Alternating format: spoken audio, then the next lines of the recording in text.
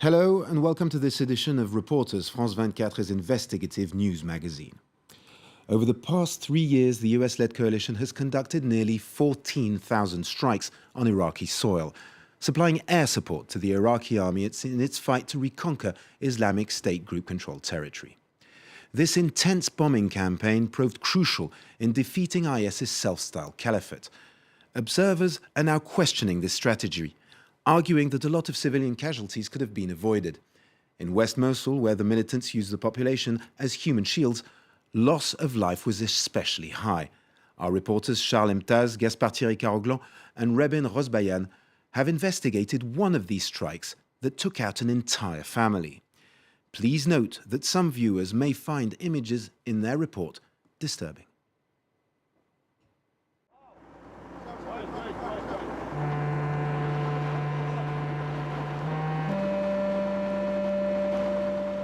Death is now part of the daily routine for the residents of West Mosul. This morning, the bodies of 11 members of one family killed in an airstrike 3 months previously are being dug up from the ruins of their home. Rescue services aren't sure if they were supporters of the Islamic State organization or just plain Iraqi civilians. No bombs, it's not booby-trapped? No, there are no traps. No bombs, for sure. When the army advanced, the Islamic State fighters fled. Our family couldn't run. They were eating in the basement of the house when they were hit by the strike. You left, but they stayed? We left first with the old people. They were supposed to join us the next day with the children. Was there anyone with them? There were 4 men, 2 women, and 2 other old people who stayed there, and the children. My condolences. May God keep you safe. Rakia was living in this house with the family until the very end of the battle. The day before the airstrike, she took the opportunity to cross the front line with several others.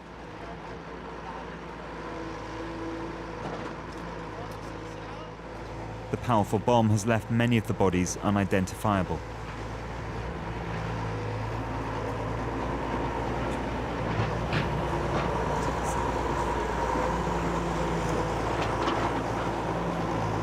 Their children's clothes.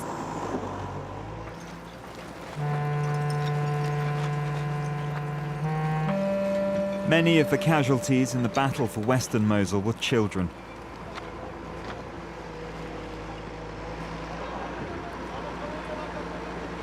Why did the coalition hit your house? Were there Islamic State fighters staying there? No, this family were not supporters. There were no Islamic State group members in this family. Just 4 brothers, a mother, and 2 beautiful daughters, as well as 4 children, 5 children, I mean. We managed to save the 5th one from the rubble, and now she's with us. She's 4 years old. The 4-year-old girl was the only survivor of the strike that killed her entire family. Every corpse recovered from the rubble of the old city has to be listed with the rescue services.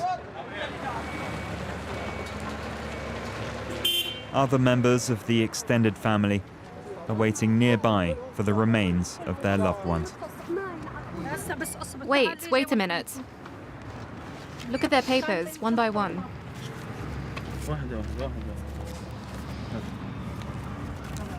There's no photo on this card. She was born when the Islamic State group was in charge. Give me the ration coupons. Double check all the cards. They're all there. May God punish those responsible.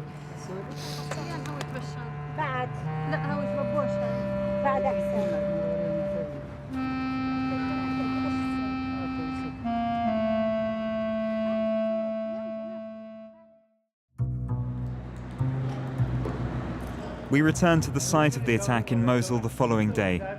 No weapons were found near the bodies.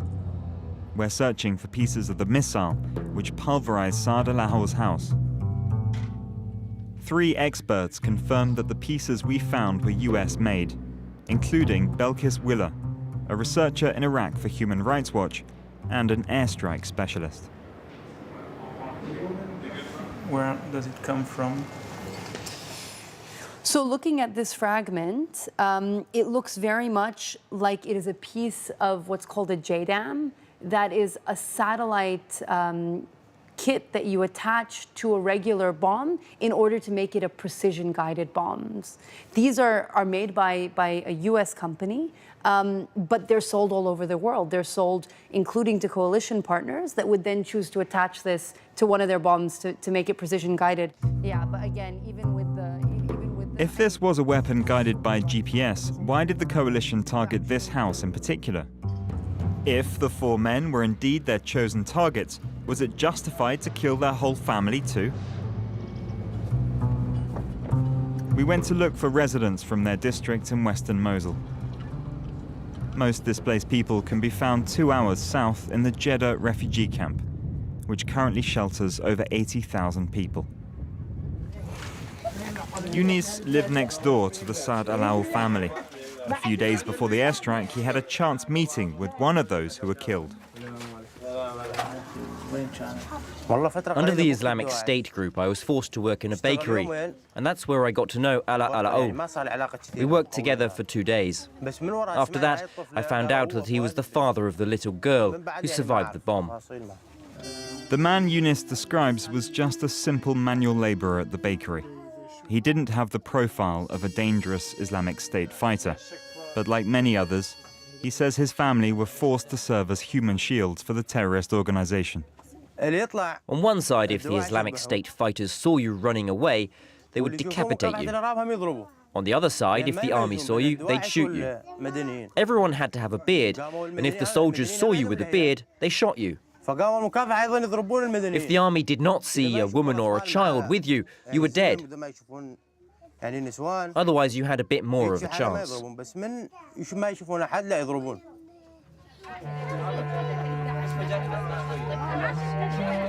According to Air Wars, an NGO, the coalition may even have killed more civilians than Islamic State group fighters.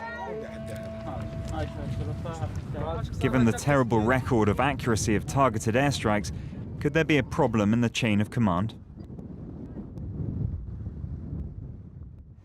Under the Obama administration in November, based on complaints from Iraqi forces that they were taking too long to respond to those requests, they decided to remove certain key checks and balances that were in place, which made the response time much quicker, but made the verification process more limited.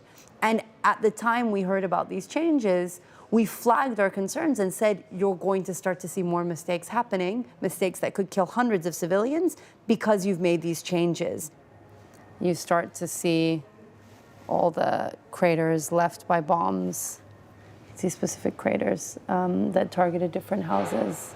It was incredibly heavy. One neighborhood, 380 distinct impacts from bombs. The airstrikes have completely destroyed Western Mosul.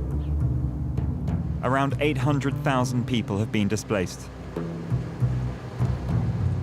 Of those that have stayed, many are angry. One man agreed to talk to us. The Islamic State group killed some of his family members, but most of his anger is directed at the Iraqi army. We've masked his identity to protect him. Do you really think these women and children were members of the Islamic State group? I think it was clear who was from IS and who wasn't. The city didn't deserve this. We're talking about half of the city completely destroyed. They could have at least got the civilians out. They could have contacted us to help liberate the city. There would have been a lot less destruction. They lied to us. I swear to God, they lied to us. They told us they had a big army, soldiers, anti-terrorist forces, and they couldn't take back half the city. They just used airstrikes.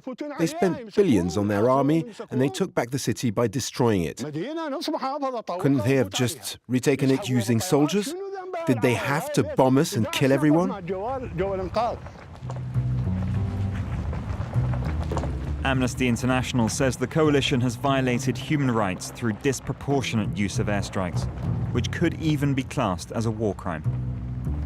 The city's been recaptured from the Islamic State group, but at what cost? The Iraqi military authorities are based in this old palace belonging to former dictator Saddam Hussein.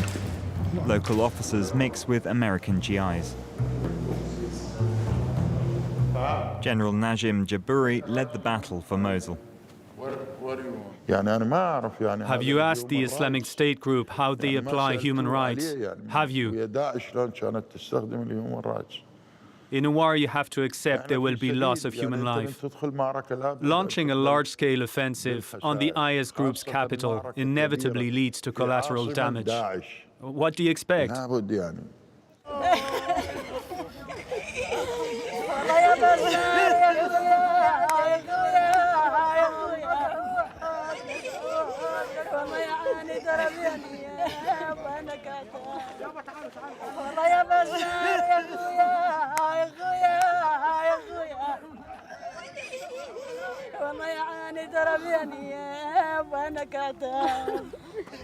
In a village to the south of the city, friends and family have gathered to bury their relatives who were killed in the airstrike.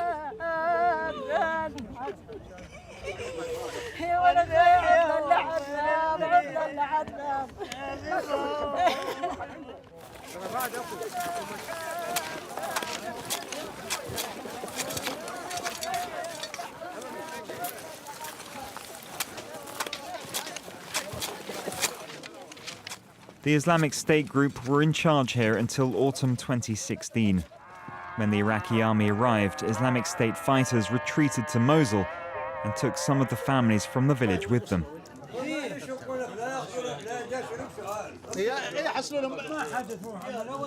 We didn't have many choices during the war. Armed men would turn their guns on you and give you orders, so you obeyed them. And you go where they tell you to go. The Islamic State group never stopped saying that when the Iraqi army got here, they would kill everyone and take their things, and that we had to leave for Mosul. The fighters told groups of families like ours to accompany them to Mosul. We had no choice. It's a source of contention in the family because the Islamic State fighter that forced them to go was a relation, the fifth brother of the dead man. The family killed by the airstrike, they were innocent. Yes, they had a brother who was a member of the Islamic State group. But this brother was killed before they were.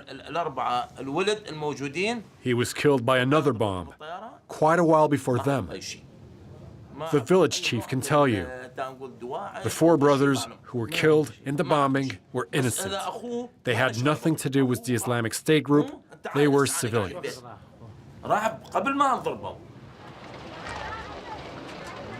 How does the coalition choose its targets? Does it have the right to kill civilians and children?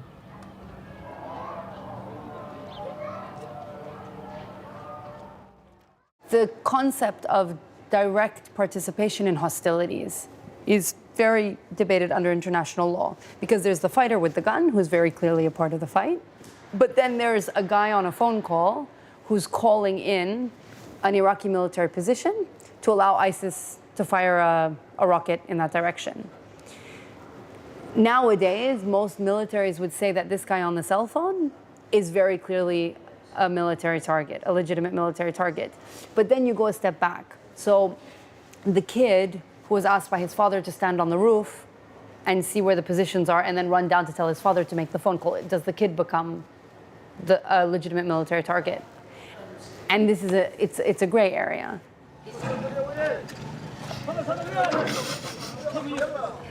4-year-old Sarah is the only survivor of the airstrike that killed her family.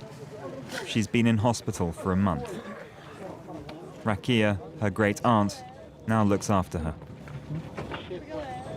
At first she had nightmares. She woke up in the middle of the night crying out for her mother. She thinks about her brother. She often says that he is in his crib. But it's getting better. Now she's getting used to living with us. This girl is going to blame the Iraqi army as much as the Islamic State group. What did she do to grow up alone? What did she do to grow up without any parents? There will be consequences. There will be anger. But we don't have any answers. What can we do? Those who were killed were civilians. A civilian family, even if one of the brothers was a member of the Islamic State group. But is there any family around here without a member of the Islamic State group in it? All these innocent deaths make us so sad. We wrote to the coalition for comment several times. They said they had indeed launched an airstrike, on the Saad Al house on the 20th of June 2017. But the US did not say they were mistaken, claiming that all their airstrikes have the same aim: to avoid civilian casualties.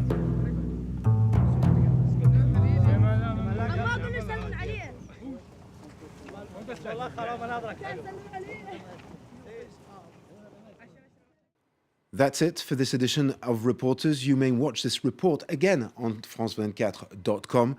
Thank you for watching. Stay with us.